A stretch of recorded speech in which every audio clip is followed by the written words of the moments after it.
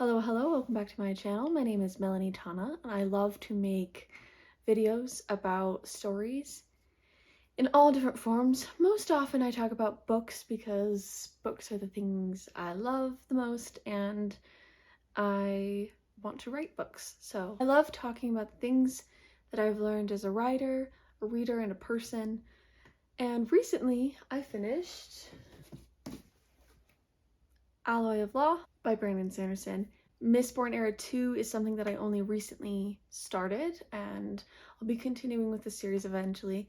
For those of you who don't know, Alloy of Law takes place in the same world as Mistborn Era 1, Scadrial, with the same magic systems, just in a different perspective and at a different age. And Alloy of Law, though it is the first book about this set of characters, it actually functions as a standalone in the series. So there's books 1 through 4 of Mistborn Era 2, but Alloy of Law, being the first book, is its own arc and can be read just like that without much of like a cliffhanger or a continuation. So my sister loves the series and I really liked this first book. I wanted to give a quick chat about some things you might like about it, some things I learned, not even just so much about the writing craft, but about the type of characters written, and maybe I'll give you a bit of an idea if you want to read this book or not. Alloy of Law takes place a few hundred years after Mistborn Era 1,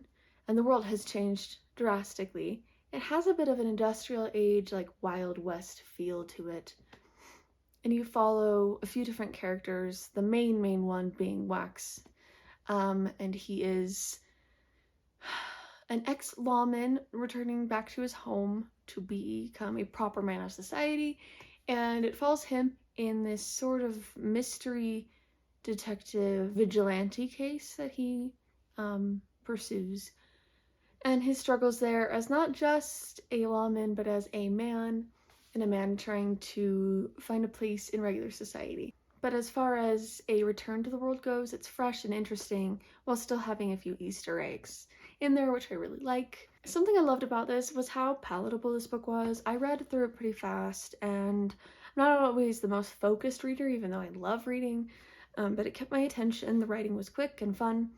The humor is a little bit more mature. It's still goofy, but they joke about like inappropriate things every now and then. I really like Wax and Wayne. Both characters are really interesting, very different people. Wax is a little bit older, which I think is super cool. It's just one of the things my sister and I talked about, that so many books, and this is something I learned as a writer and thought about as a writer, so many books follow these days, and for a long time have followed younger protagonists, and especially when young adult fiction became a marketing group, that it wasn't just children and adults, it was young adults, not quite into adulthood, but not these kiddie books, you know, still dealing with maturing themes. When those picked up, a lot of the books became about, you know, 15 to 18-year-olds saving the world, and even like into the 20s age of people.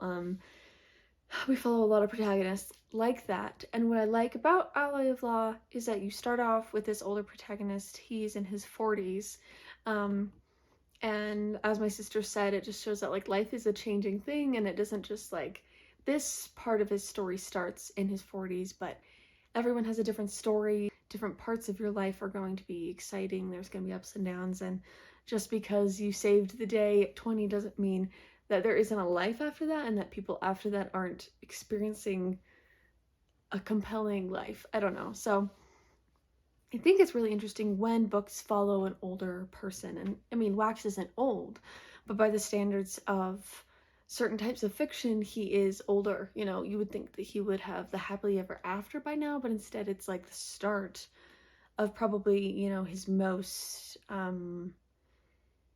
interesting adventure yet. And I think that's fun and that's smart, because there's a whole world of conflict for him, being a person in his middle age as opposed to a youth. And even though Wayne is quite a bit immature, especially compared to Wax, though Wax has his moments, Wayne is still an adult. Like, he is not some teenager off the streets, And while Teenagers Off the Streets are fine stories, Mistborn Era 1 is that way. Vin is 16 when she is discovered.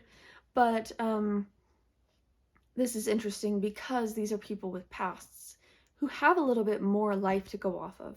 And it's kind of interesting and challenging that the conflicts they face are still high stakes, because just because they have that experience doesn't mean that they know everything, and it puts them to the test in a way that you're like, oh, like these adults are still going through it and they're still figuring it out as much as anyone else is. I think it's also fun. I feel like you get a bit more of feruchemy in this first book, at least, than you do in Mistborn Era 1.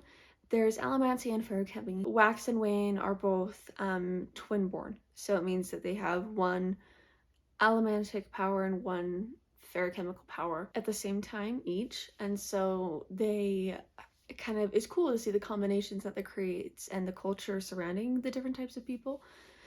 And there are magical world questions, but it's not it doesn't feel as vast yet as I feel like Era 1 was.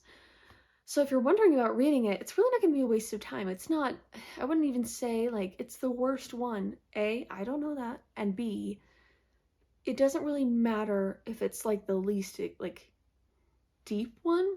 It's such a great introduction to these characters and the world. I would say this book, and it seems like the series going on, is a little bit more character driven than some of Sanderson's other books. It's kind of nice, and a benefit of having a world already established is that he can kind of slow down the world building, or it would pick it up a lot easier because you have the background of Mistborn Era 1 usually to go off of if you've read it. I would recommend reading it first, but you don't absolutely need to as far as Alloy of Law goes. But if you've read Mistborn Era 1, you have an understanding of allomancy and feruchemy and sort of the events that take place through books 1 through 3. But then jumping into this one, it can kind of slow down on the world building and pick up the characters.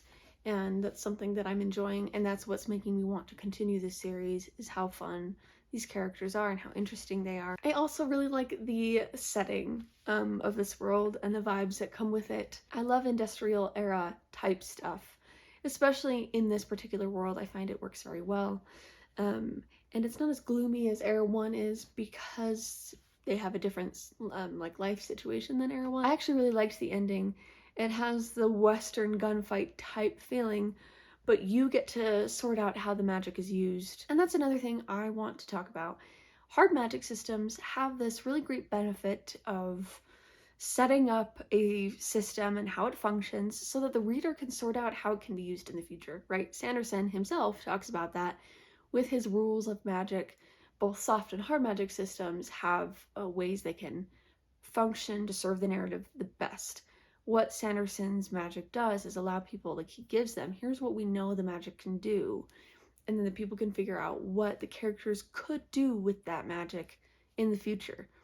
And some things are set up very nicely in this that even though I actually did not predict everything, and I have a hard time doing that, especially when I'm so invested. I don't really think so hard about it if I'm just reading right through it. But I could conceive what could happen.